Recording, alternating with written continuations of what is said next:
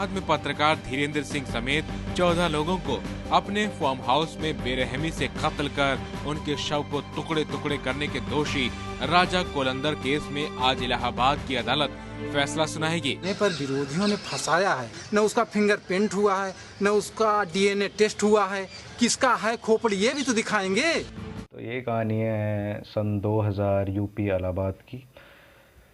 एक famous news reporter थे जिनका नाम था धीरेन्द्र सिंह।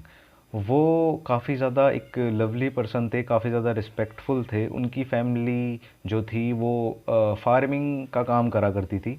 वो एक दिन 14 दिसंबर को अपने गांव बैरी से बाहर जाते हैं कुछ काम के लिए। 1-2 दिन तक वो वापस नहीं आते, तो उनकी जो फैमिली है वो उनके ऑफिस में फ़ोन करके पूछती है कि धीरेन्द्र सिंह कहाँ पे है। तो वो उन्हें बोलते हैं, उनको बोल के दिलासा दे देते हैं कि वो शहर गए हैं कुछ काम के लिए, लेकिन उनको भरोसा नहीं होता। क्यों?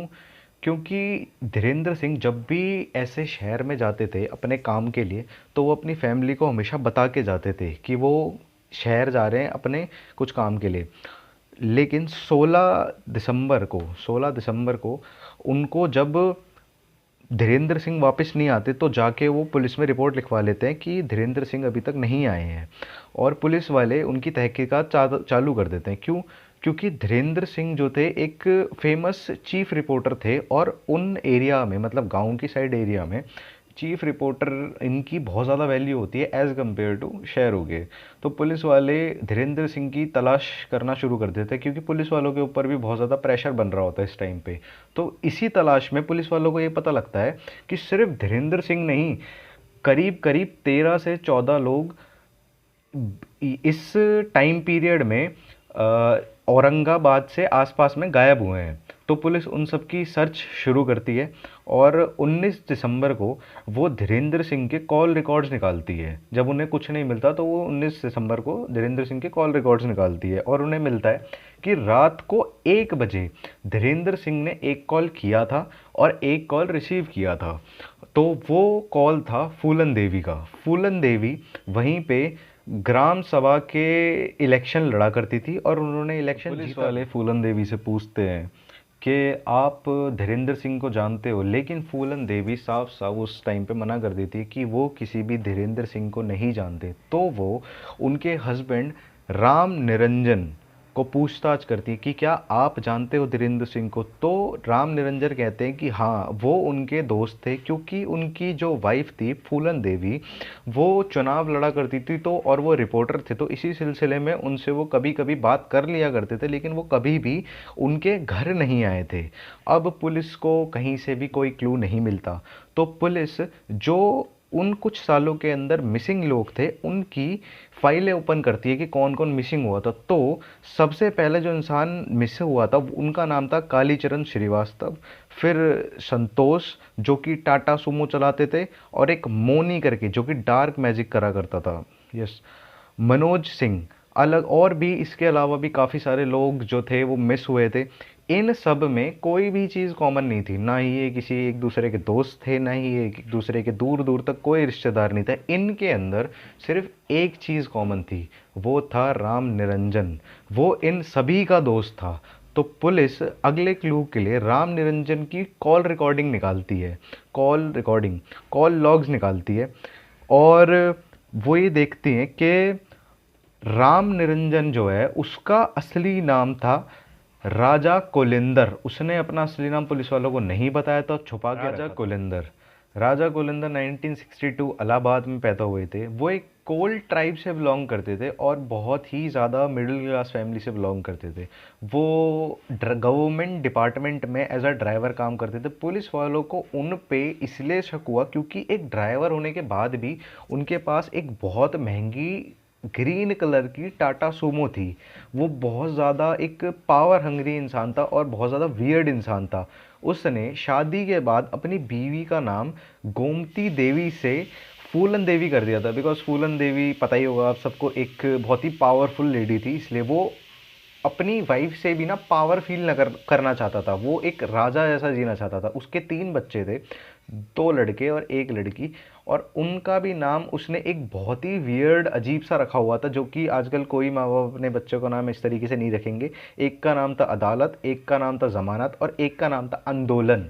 और खुद का नाम उन्होंने राम से राजा रख दिया था, मतलब कि वो राजा हैं और ये उनके कंट्रोल में ये अदालत, जमानत और आंदोलन है, और एज अ सपोर्ट उनके पास फूलन देवी है। पुलिस ने राजा कुलेंदर को जब अरेस्ट करा तो राजा कुलेंदर उनसे कहता कि मुझे एक बहुत वियर्ड सी डिमांड करी उन्होंने। जब पुलिस वालों ने उससे पूछताछ करी तो उसने बहुत ही ज़्यादा वियर्ड सी डिमांड करी, और वो कहता मुझे एक कुकर भरी हुई दाल पीनी है, कुकर भरी हुई दाल पीनी है। पुलिस वाले कहते कि और उनके पास कोई रास्ता था नहीं, क्योंकि कहीं से भी कोई क्लू नहीं मिल रहा था कि धीरेंद्र सिंह कहाँ पे गायब हुए हैं। तो उनके पास एक ही ये रास्ता था, तो वो उसको कुकर भरी हुई दाल ला के देने लगे। लेकिन वो कहता कि नहीं, मुझे तुम लोग सामान ला के दो और मुझे वो दाल यहीं जेल के अंदर बनानी है। तो ये काफ़ी ज़्यादा वियर्ड सी थी। वो ये शो करने की कोशिश कर रहा था कि वो पुलिस के हिसाब से नहीं चल रहा, पुलिस उसके हिसाब से चल रही है, और वो सारी की सारी चीज़ों को कंट्रोल कर रहा था। तो पुलिस वालों ने उसको, जैसे उसने कहा कि दाल पीनी है, तो उसको कुकर वगैरह ला के दिया, उसने सामान दाल बनाई और पी गया। फिर वो कहता कि अब आप लोग जिप्सी निकाल लो, मतलब एक राजा की तरह कि आप लोग गाड़ी निकाल लो और हमें नैनी की तरफ जाना है, नैनी की तरफ। वो बैरी गांव के बाहर उन लोगों को एक फार्म हाउस की तरफ लेके जाता है। तो वो पुलिस वाले पूछते हैं फार्म हाउस तुम्हारा है? तो वो पूछता है ये फार्म हाउस नहीं है, ये राजा कुलेंदर की अदालत है, राजा कुलेंदर की अदालत। तो वो पुलिस वाले काफ़ी ज़्यादा डर जाते हैं उसकी इस बात को सुनते हुए, और वो कहता है कि राजा कुलेंदर इस अदालत में जस्टिस करता है, और हर जस्टिस के बाद राजा कुलेंदर और ज़्यादा बुद्धिमान हो जाता है और ज़्यादा स्मार्ट हो जाता है। पुलिस वाले काफ़ी ज़्यादा इस बात को सुन के डर जाते हैं, क्योंकि वो अपने ही बारे में एज अ थर्ड पर्सन बात कर रहा था पुलिस वालों से, मतलब वो पूरा का पूरा साइको था। तो राजा कुलेंदर जब उनको अंदर लेके जाता है तो वो पुलिस वालों को स्टार्टिंग में कुछ नहीं मिलता, लेकिन राजा कुलेंदर कहता है रुको रुको। राजा कुलेंदर अंदर जाता है, थोड़ा सा खोदता है और उसमें से एक स्कल बाहर निकालता है, और वो दिखाता है पुलिस वालों को। वो स्कल था कालीचरण का, जो कि सबसे पहला पर्सन था जो गायब हुआ था। तो राजा कुलेंदर ने उसके सर पे ब्लैक कलर से मार्क कर रखा था, और वो काफ़ी सारी और भी ऐसे ही खोपड़ियाँ निकालता है वहाँ से, ऐसे स्कल निकालता है, और उस पर अलग अलग तरीके से किसी किसी पे उन्होंने नाम लिख रखा था, किसी किसी पे उसने कलर कर रखा था, पिंक कलर, रेड कलर, सिर्फ और सिर्फ ये याद रखने के लिए कि उसने किसको कहाँ पे गाड़ा है और कब मारा है, मतलब उस एज अ ट्रॉफी उसको देखता था वो। तो और उसके साथ ही उनको, पुलिस वालों को, एक बक्सा मिलता है जिसके अंदर उन्हें एक डायरी मिलती है, जिसके अंदर, डायरी के अंदर वो जब खोलते तो लिखा होता है राजा की डायरी, मतलब राजा की डायरी, मतलब अजीब सा, राजा की डायरी, राजा की डायरी। जब वो उसे खोलते हैं तो उसमें सबसे पहला जो नाम लिखा रहता है वो लिखा होता है कालीचरण का, और उसके आगे एक क्रॉस लगा हुआ होता है, और उसी डायरी के लास्ट पेज पे लिखा होता है धीरेंद्र सिंह। जब पुलिस वाले उससे पूछते हैं कि तुमने ऐसा क्यों किया, तुमने क्यों माना, तो वो कहता है कि मुझे बुद्धिमान बनना था, मतलब उसको जब भी कोई उससे ज़्यादा समझदार दिखता था, कोई भी उससे ज़्यादा इंटेलिजेंट दिखता था, तो उसको वो मारता था और उसकी गर्दन काटता था, उसको अपने पास लेके आता था और उसका सूप बना के, उसके दिमाग का सूप बना के पीता था, क्योंकि वो ये मानता था कि जो जितना भी जो ज्ञान होता है वो होता है सर के अंदर, और इसीलिए वो ऐसा करता था। और पुलिस वालों ने पूछा कि उसकी धीरेंद्र सिंह की बॉडी कहाँ पे है, तो वो बताता है कि वो उसके गांव के बाहर है। धीरेंद्र सिंह का पहले उसने गला काटा और फिर उसका लिंग काटा, मतलब प्राइवेट पार्ट उसको काटा उसने, और उसने उठा के एक खेत में फेंक दिया, और उसके जो सर है उसको, सर को उसने पॉलीथिन में रैप करके उसमें पानी में, रिवर में डाल दिया। उसने कि तुमने इसको मारा कैसे, तो उसने बताया कि वो धीरेंद्र सिंह को अपने इसी फार्म हाउस पे लेके आया और पीछे से आके उसके साले ने उसके सर में गोली मार दी, और उसके बाद उसने उसको ले जाके उसको डिसमेंटल करके उसको फेंक दिया।